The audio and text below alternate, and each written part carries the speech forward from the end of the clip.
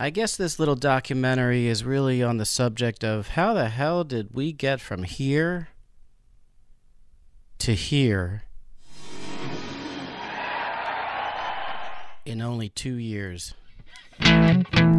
I'd been doing the solo artist thing pretty much since I was 13 years old, and it just was starting to get a little lonely, especially when I had to deal with any kind of rejection. I guess the last straw was when Atlantic Records gave me $10,000 to make a demo for them, and nothing came of it. It was time to lose the ego and form a band.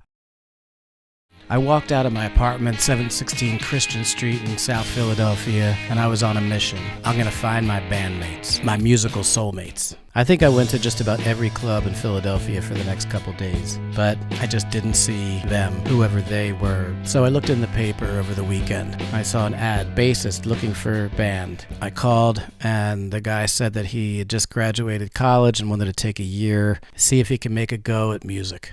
I met Mark Gettin in front of the Walnut Street Theater in Philadelphia, handed him a cassette, and we shook hands. And I swear to God, I knew right then and there, I'm going to be friends with this guy forever. Somebody suggested Jim Cavanaugh. Jim Cavanaugh and I gigged 1,000,000 times in my teenage years and early 20s. I think I drove him crazy because it was like the late 80s, and I wanted him to play like a drum machine. But the funny thing is, now I was back to my rock and roll roots, and Jim Cavanaugh wasn't such a crazy idea, so we reconnected. After jamming 1 or 2 times, Jim suggested calling Jerry McWilliams to play lead guitar. Jerry was a friend of Jim's and a killer guitar player. We tried it, and it was pretty cool, but it just wasn't it, and we knew it. So I returned to looking in the paper again. This time I placed an ad, looking for George Harrison or Next Best Thing. A couple days later, Rob Bonfiglio shows up at my door. He has a Rickenbacker guitar, and I swear to God, he owns a sitar. What are the chances? I knew about 50 seconds into jamming for the first time, the 4 of us, that this was it. The rocket ship to our dreams had arrived. We put the pedal to the metal and played anywhere and everywhere. I didn't have a doubt in my mind about this band. I don't think any of us did.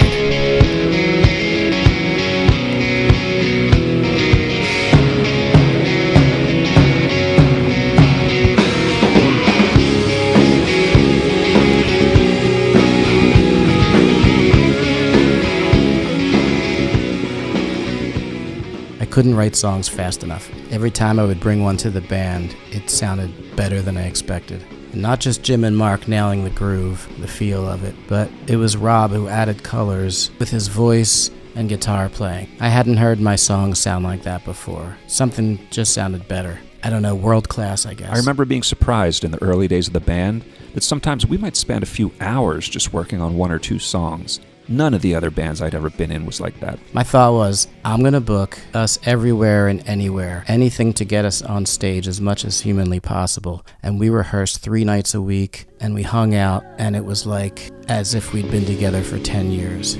I wanted to move this thing fast. Time was running out.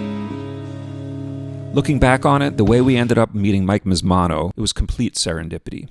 Maybe it was fate, and maybe it was just dumb luck. But for some reason, the stars aligned. A year and a half later, Jim said, let's take some new band photos. So we did.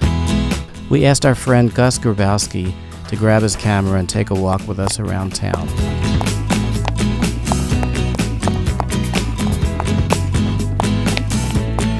And then we saw it. A super cool, statuesque brownstone on Pine Street. I was like, there it is.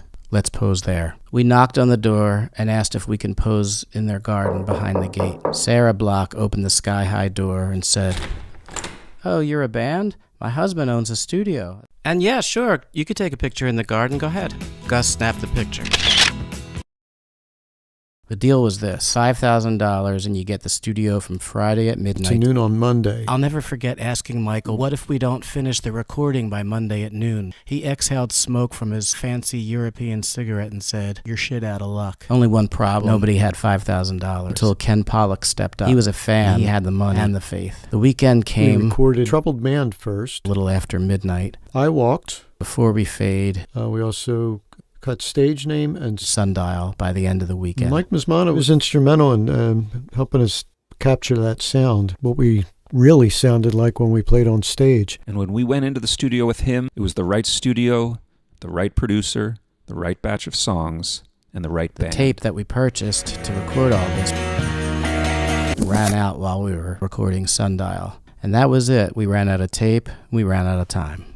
I can remember falling asleep behind the console towards the end of our marathon weekend session that got us the 4 tracks that ultimately got us signed to RCA.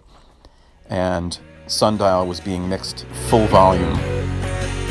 I was having serious lucid dreams, and that combined with all the cigarette smoking and the lack of oxygen and the lack of sleep, I knew at that point when I woke up that everything was going to be different for us from that point forward.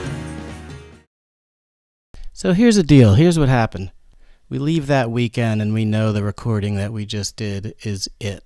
We had been back and forth to New York doing shows for record labels and nobody bit.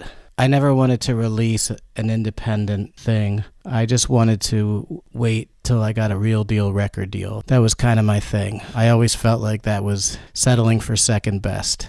But I love those recordings so much, and I started to just hate every record label exec. So we were like, fuck it, let's just release it independently. We sent in our artwork, complete with the pictures from that fateful day at the house, and the music to disc makers. A week had gone by, and while we were still waiting for our CDs to arrive, Gus Grabowski dies. Completely unexpectedly. It was a heart attack. A lot of us thought it was a broken heart from a bad breakup. So Gus never saw the CDs with the artwork on them. Our managers, Debbie Schwartz and Dennis Colligan, had sent copies of the 4 songs we recorded at Tongue and Groove Studios with Ms. Mono a couple weeks earlier. Our managers get a call. RCA's interested. They get another call. Sony's interested. Both labels want us to come up to New York and do a showcase for them. I was like, fuck that. I'm tired of going to New York. If they're interested, they'll come to see us. They'll come to our rehearsal room. Our managers were petrified. You're going to blow it. It's going to piss them off.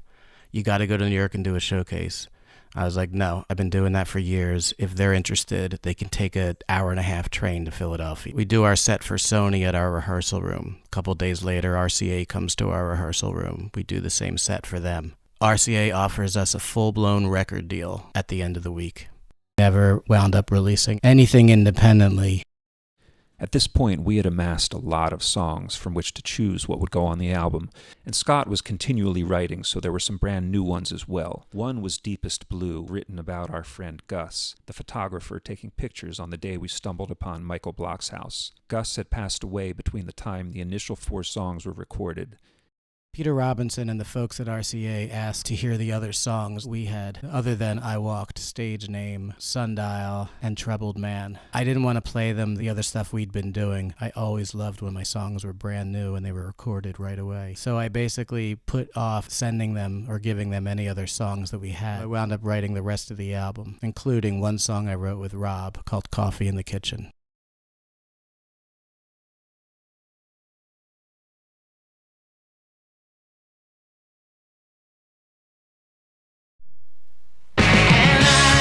Prize, the debut album from Wanderlust.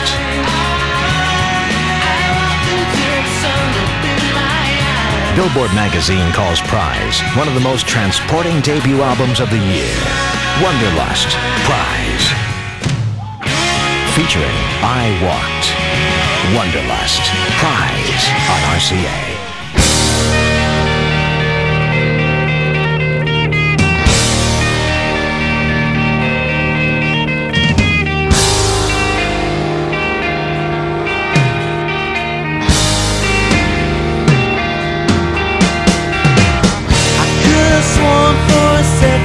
Everything was clear. Saw lights from a distance, it was crystal clear. All the things in the world that just don't work out, had it all figured out.